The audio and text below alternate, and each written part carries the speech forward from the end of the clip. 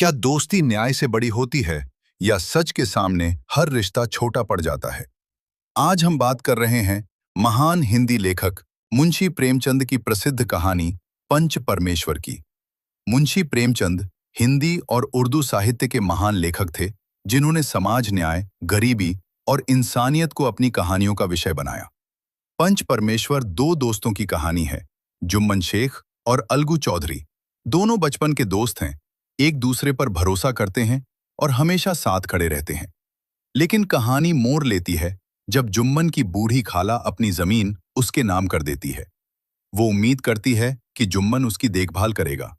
शुरू में सब ठीक रहता है, लेकिन धीरे धीरे जुम्मन और उसकी पत्नी खाला के साथ बुरा व्यवहार करने लगते हैं।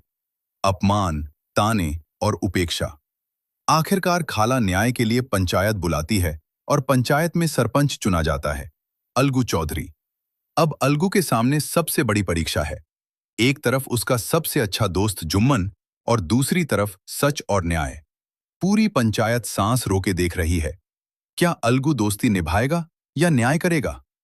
अलगू कुछ पल चुप रहता है और फिर अपने दिल की आवाज सुनता है। वो फैसला सुनाता है कि जुम्मन को अपनी खाला की पूरी जिम्मेदारी लेनी होगी या फिर जमीन वापस करनी होगी।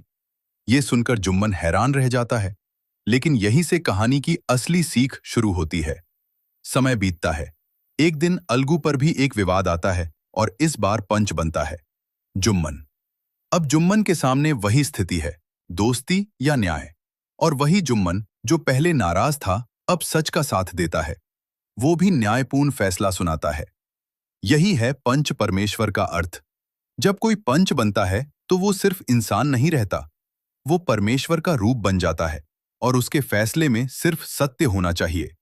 ये कहानी हमें सिखाती है, न्याय के सामने दोस्ती भी छोटी है और सच्चा इंसान वही है जो सही के साथ खड़ा हो। अगर आपको हिंदी साहित्य प्रेरणादायक कहानियां और जीवन के गहरे संदेश पसंद हैं, तो वीडियो को लाइक करें, चैनल को सब्सक्राइब करें। ऐसी ही पावरफुल कहानियों के लिए हमारे YouTube channel my Galaxy tour से जुड़े रहें।